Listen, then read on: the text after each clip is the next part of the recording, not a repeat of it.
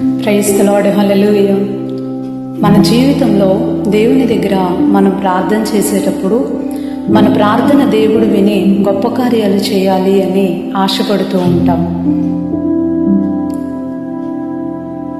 మనం ఏదైతే ప్రార్థన చేస్తామో, ఏదైతే ఎదురు చూస్తూ ఉంటామో, ఎవరి నిమిత్తమైతే ప్రార్థిస్తూ ఉంటామో వారి జీవితాల్లో దేవుడు కార్యాలు చేయాలి, మనం అడిగింది అడిగినట్లుగా దేవుడు చేయాలి అని చాలా ఆశపడుతూ ఉంటాం.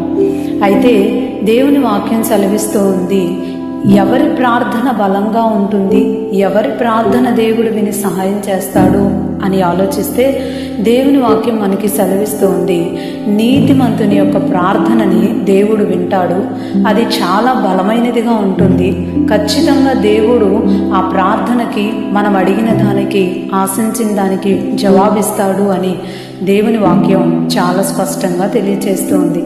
నీతిమంతుని ప్రార్థన మనఃపూర్వకమైనదై బహుబలము గలదై ఉంటుంది అని దేవుని వాక్యం మనకి సెలవిస్తుంది.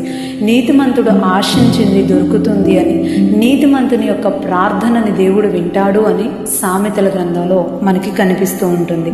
మన ప్రార్థన దేవుడు విని కార్యాలు చేయాలి అంటే, అది బలమైనదిగా ఉండాలి అంటే నీతిమంతులుగా బ్రతకాలి. ఆమెన్.